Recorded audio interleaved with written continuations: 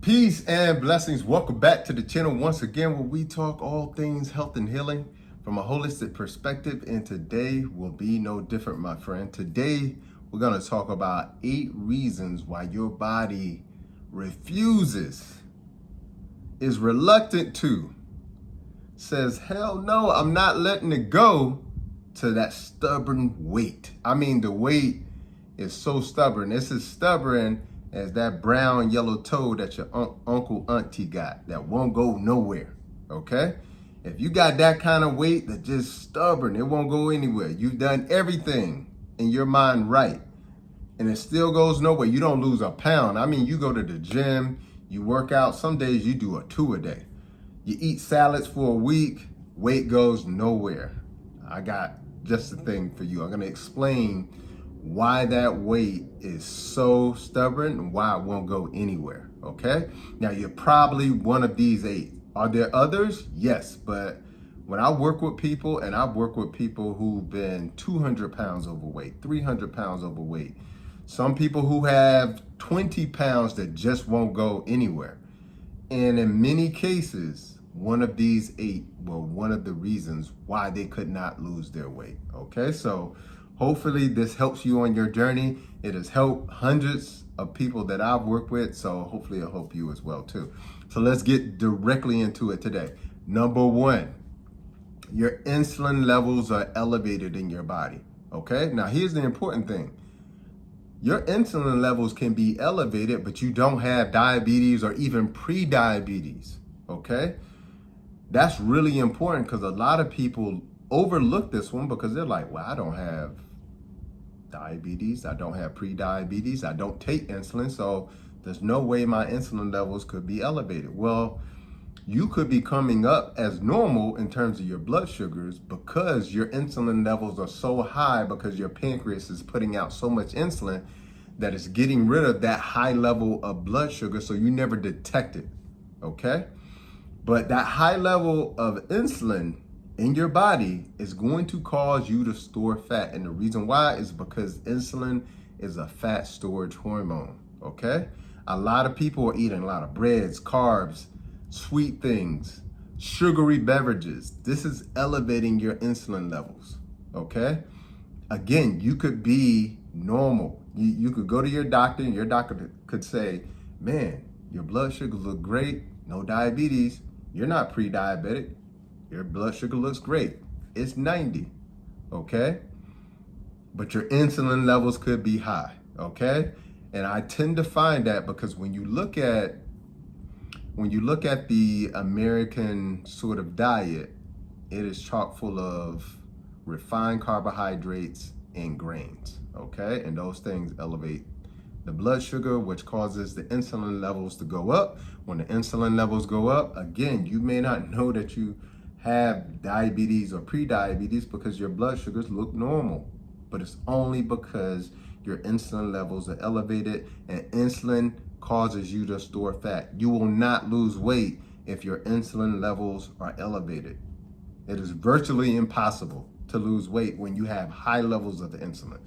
Okay, all right, so that's number 1. Number 2, when you're stressed out, it doesn't matter if it's low-grade stress or high-grade stress, whether it's stress that's very noticeable or stress that you don't notice. Okay, whether it's stress like stress at work, stress at home in your relationships with the kids, or you have a low-grade infection that you have no idea about. That could be a stress on the body as well too. Okay, but the reason why stress causes you to hold on to that weight is because it causes cortisol levels to elevate. And again, cortisol is a stress hormone, and more particularly, if you have high levels of cortisol, it is a fat storage hormone. You will hold on to fat as if your life depended on it. Okay, you can change your diet, you can switch up your exercise routine, you could get Billy Blanks to take you to the gym 3 days a week, and you will probably lose 5 pounds in 2 months. And as soon as you stop doing the weight training, the weight will go right back up, okay, to where it was, and sometimes even surpass that. Okay, so you gotta control the stress levels. Okay, so stress could be your trigger. Okay, and I feel like for a lot of people, they have not fully assessed their life and how they're responding to their life. So they don't know how stressed they are. But quite often when I work with people and I ask certain questions and we do this evaluation, they're able to see like, oh my God, like I'm still stressed from a trauma that happened 10 years ago. Okay. But again, people just don't have the right vision in terms of like looking at the light to understand what a real stress is. Okay.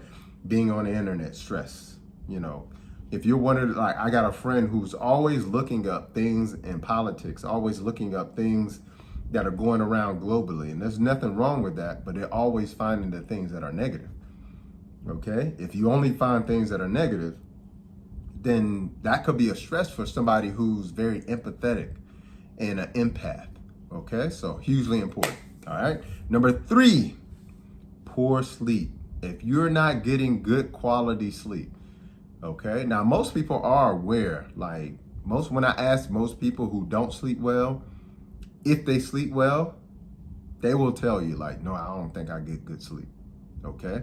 And it's not only because when you wake up in the morning, you don't feel rested, but people are waking up throughout the night. People are waking up to urinate. People are just waking up, because they hear a sound come on. Like if you're never achieving that deep sleep that gets you in that state where the body can rest, restore, rejuvenate, then it is unfortunate, but you're not going to be able to lose weight. And not only is good quality sleep important, but also we need a good quantity of sleep as well too.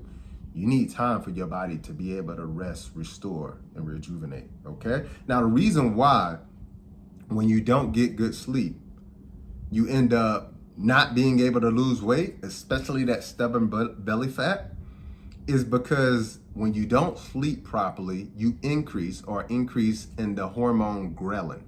Ghrelin is a hormone that causes the appetite to go up. Okay. So your appetite is going to go through the roof. All right. This is especially true for those who go to sleep late at night. So these are the people who end up eating later and eating more. Okay. And the worst time to eat is late at night. Okay. When your body is supposed to be resting, restoring, and rejuvenating. Okay. So not only is the food itself that you're eating triggering your body to gain more weight because you're eating food when you should normally be asleep and not having food and in a fasted state because you're not eating. But you're also increasing ghrelin, which is a hormone that increases the appetite, and you're decreasing leptin, which is a hormone that actually suppresses your appetite. Okay, so when you wake up, all of a sudden now you got to have something to eat. So these are the people who are always saying, I don't know if I could go without breakfast in the morning because I'm so hungry when I wake up. Okay, it's not that you actually need food, it's because you created this imbalance, okay, of ghrelin going up, so the appetite goes up and leptin goes down, and that's unfortunate, to the puzzle because leptin actually suppresses the appetite. Okay, so poor sleep could be your issue. Okay, so we're at 3 now. What's number 4? And number 4 is going to be food addiction. Okay, food addiction, because food addiction not only leads to you overeating, but food addiction leads to you overeating unhealthy food. When people have a food addiction, whether it be sugar or just food in general, they're not typically overeating salads. They're not typically overeating fruit. They're overeating the things that are unhealthy for them. Okay? So of course, this is going to lead to you being, more and more overweight because the type of food that you're eating isn't nourishing you. So all of it is really processed junk chemicals that are just piling up in the body because it can't be properly processed out of the body as well too. Okay, so that's hugely important as well too. A lot of people don't address food addiction. And so what happens is they start this health journey to be able to lose the weight, but as soon as they start it, they're off of it because they go back to the addiction. Okay, I tell people food addiction is the socially accepted addiction. It's the socially accepted addiction. Everybody will accept a foodie. Okay, people even call themselves foodie. They have people who are foodies and now they're giving them TV shows. Okay, so it's a socially accepted addiction. But the unfortunate thing is that with any addiction, there has to be intervention and there has to be correction. And specifically with food addiction, there has to be elimination of the types of food that you're eating, but you also have to eliminate these type of chemicals in the body that are causing you to be addicted to those foods, whether it be caffeine, whether it be MSG, I can go on and on. So hugely important, food addiction, number 4.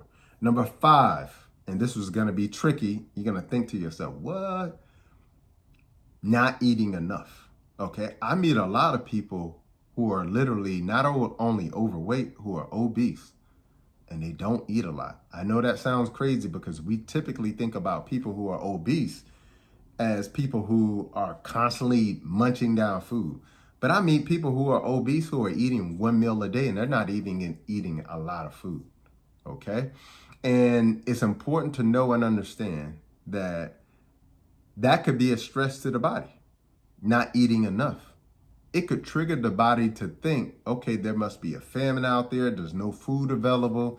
So as a result, I'm going to hold on to all this fat because this fat is going to be my food reserve. When we go into this famine, there's no food. I can use this fat to break it down into ketones to be used as fuel. Okay?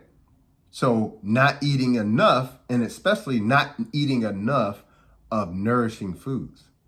A lot of people eat, I see people who are literally overweight, obese, who don't eat a lot, but what they do eat, unfortunately, is very unhealthy, okay? So that could actually be an issue as well, too. Number six, medications. Some of the medications that you're on could be causing you to be overweight as well, too. I'll give you a few examples. Steroids. So if you're taking steroids for issues like pain in the joints or asthma or to suppress your immune system for some issue that you have, steroids cause you not only to retain fluid, but to increases cortisol in the body, which is going to cause you to hold on to fat, okay, to store fat. So steroids can cause you to gain weight, okay? Antidepressants. Many of the antidepressants and antipsychotic medications can also cause you to be overweight as well too, which is crazy, right? Some people get on an antidepressant because they're depressed about life. And then on top of being depressed about life, now they got to be depressed about the weight gain, okay? That's all. And then this is why, this could be why a lot of antidepressant medications also increase the risk for suicide as well too. So antidepressant and antipsychotic medications also cause weight gain as well too. Diabetic medications like insulin, as I mentioned before, as insulin levels naturally go up in the body because of what you're eating, but also insulin that you inject into your body is also going to cause you to gain weight, but also other diabetic medications like sulfonylureas as well too. So those type of medications can cause you to gain weight as well too. All right. Seizure medications like gabapentin, valproate. Okay. These medications can also cause you to gain weight as well too. And then blood pressure medications like beta blockers. Okay. Some of the most common are going to be like metoprolol or propranolol. These are medications that could also cause you to gain weight as well too. All right. Number 7, gaining muscle. Now, this one is a good thing, but quite often what people are doing is they're looking at the scale and then they're working out, doing resistance training with weights, and they're looking at the scale and they're seeing that they're gaining weight and they get afraid and they say to themselves like, I got to stop. You're supposed to help me to lose weight, trainer, but you're helping me gain weight. I'm actually gaining weight.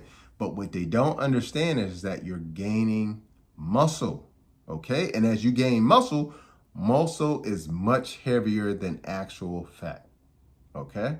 Muscle is much heavier than fat. So as you start to gain muscle, initially on your journey, as you start to use resistance training and weights, you will actually gain weight.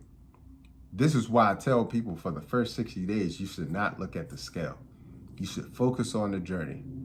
Be so engulfed in the journey, do not get on the scale, okay? Because again, at the beginning of the journey, you're going to be using a resistance training. You're going to be using nutrition. and a whole host of other things as well too, hopefully. And along that journey, you're gonna see some spikes and some dips, and then finally it's gonna plateau and then it's gonna dip. Okay? But a lot of people get so frustrated at the first part of the journey that they quit or they try something new and they never find out why they don't actually lose the fat. Okay? The most important thing is what you want to lose, and I've said this before, you want to lose fat and waste. Okay? You need neither one of them. Okay? Well, especially waste. You do need some fat. Okay? But excess fat, you don't need excess fat. Okay? So the journey is you may have to gain muscle to lose fat. Okay? Because you'll become more efficient at getting sugar into the blood. Okay? As you gain muscle, you'll become, your metabolism will kick up as well too because you have muscle. So there's all of these benefits that come from gaining muscle, but the unfortunate thing is most people see the initial weight gain and they run and then they try something new and then that doesn't work and then they try something new and they never get the full results. This is why I tell people, if you're on a weight loss journey or a health journey, you got to give yourself at least 6 months to a year. Your body isn't Amazon Prime. It is not going to happen in 2 weeks, a week. If you waited a week before your wedding to get into a dress or get into some pants or a tux, like, you have done yourself a disservice. Okay? So, but understand, this is going to be a long journey. There's nothing wrong with that. Embrace it. Okay? Because it's a lifestyle, not a diet. Okay? It's a lifestyle. Okay? So embrace it. You could gain weight in the form of muscle, okay, along your journey before you actually ditch the fat, okay? And then finally, number 8, and I've said this before, and this is one of the main reasons people will not, their bodies are like, no, when it comes to fat, is toxicity. You can look this up. The vast majority of toxicity in our body goes into the fat. Most of the chemicals that we see, BPA, forever chemicals like POFAs, phthalates, parabens, emulsifiers, thickening agents, toxic sugars, toxic salts. I can go on and on. Most toxins are fat loving. They love fat. Okay? And that's a good thing, to be honest with you, because you'd rather have these toxins in your fat and not in your blood or in your tissues. Okay, because if they're in your tissues, they're going to irritate your tissues. If they're in the blood, they're going to irritate the lining of the blood vessels. And an irritation turns into degeneration of the tissue. And degeneration of the tissue will eventually lead to inflammation. And inflammation will eventually lead to tissue dysfunction. So as the blood vessels become dysfunctional, as the tissues, which make up organ systems, become dysfunctional, you become dysfunctional. So you want toxicity in the fat. The unfortunate consequences, once it's in the fat, it's going to hold on for dear life because as you burn the fat, the toxicity spills out into the system.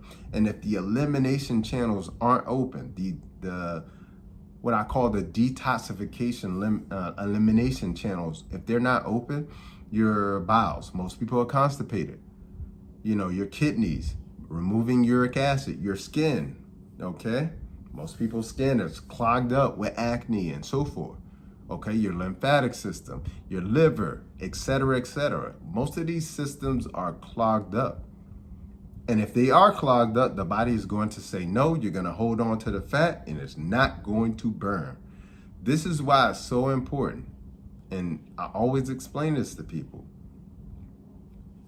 Part of what my detox does is open up the elimination channels. Okay? The bowels open up. If you've done my detox, you know that to be true. You're going to be urinating more, getting rid of more uric acid. If you look up, conditions like hyperuricemia and how that leads to blood pressure and high blood pressure and so many other issues, you'll understand why it's so important to get rid of uric acid out of the body. Okay, so you can alkalize the body a little bit more. Okay, but also getting rid of toxicity out through the skin. Okay, through the lymphatic system, which is our sewage system in our body, to uptick our liver. during this time as well too, which is the master detoxification organ. Okay, this is hugely important. Okay, but again, if you don't open up those elimination channels, okay, the body is going to say no to burning fat, okay, because it becomes too dangerous. Okay, it's thinking about the heavy metals, it's thinking about all that sugar that'll be spilled out into the body, it's thinking about all the toxins in the form of phthalates, parabens, forever chemicals, the list goes on and on. The body in its ingenuity is protecting you. However, when those elimination channels open up, the body says yes. And all of a sudden, burning fat becomes easy, especially around the midsection. This is why when people do my detox, they lose weight around the midsection. So those are 8 reasons why you are probably holding on to that fat for dear life, okay? So reverse engineer those 8 reasons, look at your life and see where maybe 2 to 3 of these you're probably having an issue with. And then from there, you can figure out how to get this weight off of you, okay? So until the next time, peace and blessings. Make sure you hit that subscribe button to let me know you're out there. Make sure you hit that share button to share this kind of content with other people. It's important you're the person that's showing up for this content. That makes you the light worker for your family, your coworker, for your loved one, for your husband, your wife, for your sister, your brother. That means that you got to share this information because this isn't something they're going to teach you when you go to your next visit. Okay? Hugely important. So until the next time, peace and blessings and Godspeed.